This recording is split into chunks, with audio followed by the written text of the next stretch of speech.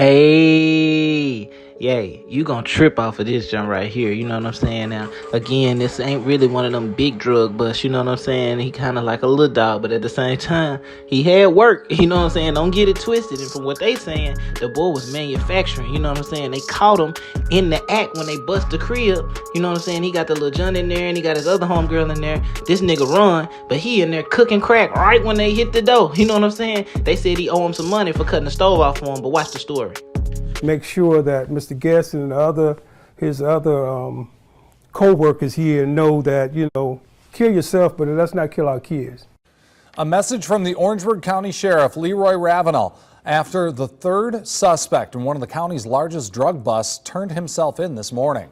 Marcus Guest, who authorities say was the intended target of the bust, joins 55-year-old Drusilla Atherton and 27-year-old Gianna Little in a number of drug-related charges, including trafficking cocaine and methamphetamine. Authorities say that the three worked together and used a house off Acola Lane in Holly Hill to make and sell drugs. WIS reporter Naomi Popa shares more on how some of the drugs were concealed in what appears to be packaging geared towards children. It's colorful, it even has cartoons on it, and it says the word kids. Sheriff Ravenell telling me that criminals are getting creative, not just in selling harmful and dangerous drugs, but making them appealing to children. They're just trying to do everything they can to conceal what they're doing, and they're using what children love to do that. A months-long operation involving multiple agencies is nearing its end. Authorities tell me that on January 10th, officers opened the door to a home on Acola Lane in Holly Hill. There before them, crack cocaine cooking on the stove. Mr. Guest, he ran off without telling us thanks because we had to turn the stove off for him. Inside, 4.4 pounds of marijuana, 440 various pills, cocaine, and crack cocaine. Lastly, 6 pounds of methamphetamine. According to Sheriff Ravenell, this is the fourth drug bust in just the last week. I asked him why Orangeburg County is seeing such an uptick in drug-related cases. He tells me he's discussed this with other agencies. He says it's being seen all around the state. Then there also another problem that we have is drive-by shootings. All this comes from drugs. People trying to make money without going out finding a job. Ravenell says it's concerning that criminals are choosing whatever means necessary to distribute drugs, even if it means risking a young child's life. You just need to be aware of what your kids are doing, where they're at. I just say to the drug dealers and the ones that committing these crimes, look out, because we're not finished. Grant appeared before a magistrate judge earlier this afternoon. He was granted a $650,000 bond. Reporting in Orangeburg County, I'm Naomi Popa, WIS News 10.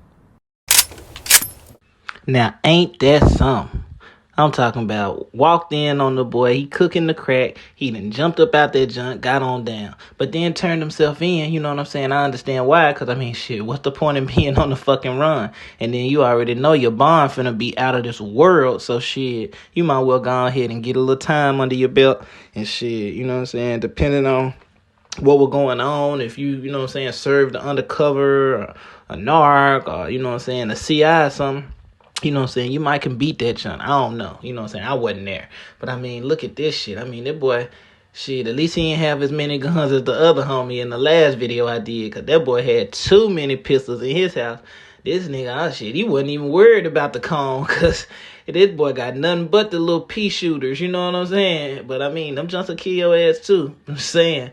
And then they talking about that they putting the work in the kiddies' bags, you know what I'm saying? Now, one of them bags, that junk do look a little kiddyish. I don't know what's up with the Arby's kids bag. I ain't seen that.